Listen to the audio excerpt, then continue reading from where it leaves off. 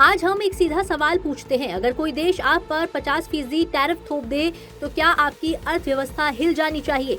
Donald Trump यही सोचकर आगे बढ़े थे, पहले 25% फिर सीधे 50% टैरिफ। आरोप ये कि भारत रूस से तेल और हथियार खरीदकर यूक्रेन युद्ध में पुतिन की मदद कर रहा है। मकसद साफ था, भारत पर आर्थिक दबाव बनाना, निर्यात को कमजोर करना और ट्रेड बैलेंस बिगाड़ना। शुरुआती झटका भी लगा। सितंबर और अक्टूबर में एक्सपोर्ट पर असर दिखा, बाजार में चिंता बढ़ी और सवाल उठे कि भारत अमेरिका पर जरूरत से ज्यादा निर्भर है। लेकिन यहीं से कहानी पलटती है, क्योंकि भारत ने ना तो बयानबाजी की, न घबराहट दिखाई। सरकार ने साइलेंट मोड में रणनीति बदली, नए बाजार, मजबूत सेक्टर्स और कंट्रोल्ड इंपोर्ट, और नतीजा सामने आया नवंबर के आंकड़ों में, जिसने ट्रंप टैरिफ की हवा निकाल दी। ये सिर्फ नंबर्स की कहानी नहीं है, ये भारत की आत्मनिर्भर सोच की कहानी है।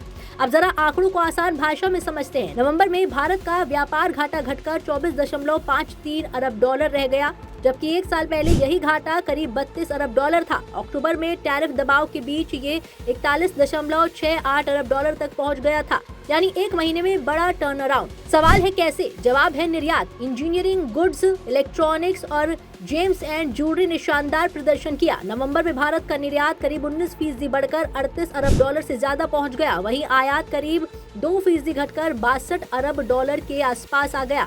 मतलब साफ है, भारत ने बाहर बेचना बढ़ाया, बाहर से मंगाना कम किया। वाणिज्य सचिव का भी यही कहना है कि नवंबर ने अक्टूबर के नुकसान की भरपाई कर दी। सबसे दिलचस्प बात यह है कि 50% हाई टैरिफ के बावजूद अमेरिका को भारत का निर्यात स्थिर बना रहा।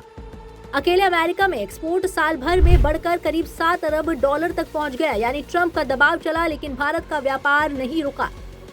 यहीं पर मोदी सरकार की रणनीति दिखती है। टैक्स में राहत, निर्यात को बढ़ावा, सेक्टर स्पेसिफिक सपोर्ट और श्रम सुधार। सवाल ये नहीं है कि ट्रंप ने टैरिफ क्यों लगाया, असली सवाल ये है कि भारत ने उसका जवाब कैसे दिया।